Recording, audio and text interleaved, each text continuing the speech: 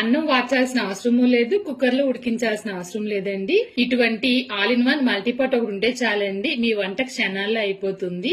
గిన్నె పెట్టి నీళ్లు మరగనిచ్చి దాంట్లో వాళ్ళు ఇచ్చిన జల్లెడ గిన్నె పెట్టి దాంట్లో వచ్చేసి నానబెట్టిన రైస్ అయితే వేస్తున్నాను. వేసిన తర్వాత ఒకసారి బాగా కలిపేసి దానిపైన స్టీమర్ పెట్టానండి. స్టీమర్ పెట్టిన తర్వాత స్టీమర్ పైన మీరు ఎటువంటి వెజిటేబుల్స్ అన్నా ఉడికించుకోవచ్చు. నేనైతే ఆ రోజు క్యారెట్ బీన్స్ ఫ్రై చేస్తున్నాను, అవి మాత్రమే వేశాను. మీడియం టు హై ఫ్లేమ్ లో పెట్టి కుక్ చేశారంటే పైన వచ్చేసి మనకి వెజిటేబుల్స్ కుక్ అయిపోయి ఉంటాయి, అంతేకాకుండా కింద వచ్చేసి రైస్ కూడా కుక్ అయిపోయి ఉంటుంది అనమాట. మనకి వెజిటేబుల్స్ స్టీమ్ తోనే కుక్ అవుతాయి కాబట్టి రైస్ లో ఎటువంటి వాటర్ దిగదు. రైస్ ఎప్పుడు ఉండేలానే పర్ఫెక్ట్ గా అయితే కుక్ అయిపోయి ఉంటుంది, నేచురల్ గానే ఉంటుంది అనమాట.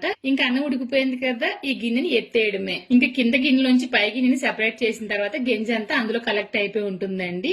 మనకి కొంచెం కూడా తడి లేకుండా రైస్ అనేది చాలా పర్ఫెక్ట్ గా అయితే ఉంటుంది. లాస్ట్ టైం వీడియో పోస్ట్ చేసినప్పుడు అన్నం వార్చే గిన్నె గురించి చాలా కమెంట్లు వచ్చాయి కదా, వారి వారి అభిప్రాయాన్ని వాళ్ళు తెలిపారు. బ్యాడ్ గా కమెంట్ పెట్టిన వాళ్ళకి చెప్పేది ఏంటంటే, మనం చాలా అప్డేట్ అయ్యాము.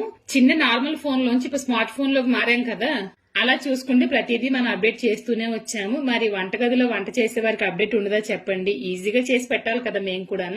ఈ ఆల్ ఇన్ వన్ మల్టీపాట్ వచ్చేసి నేను ప్రేలేడి అనే వెబ్సైట్ నుంచి తీసుకున్నానండి. దీంట్లో ఒక 4 ఇడ్లీ రేకులు కూడా వచ్చాయి కాబట్టి ఇడ్లీలు కూడా ఈజీగా వేసుకోవచ్చు అనమాట. పెద్ద గిన్నెలో సాంబార్ కూడా చేశాను, నెక్స్ట్ వీడియోలో పోస్ట్ చేస్తాను. లింక్ బయోలోను కామెంట్ లోను ఉంది, చూసేయండి మరి.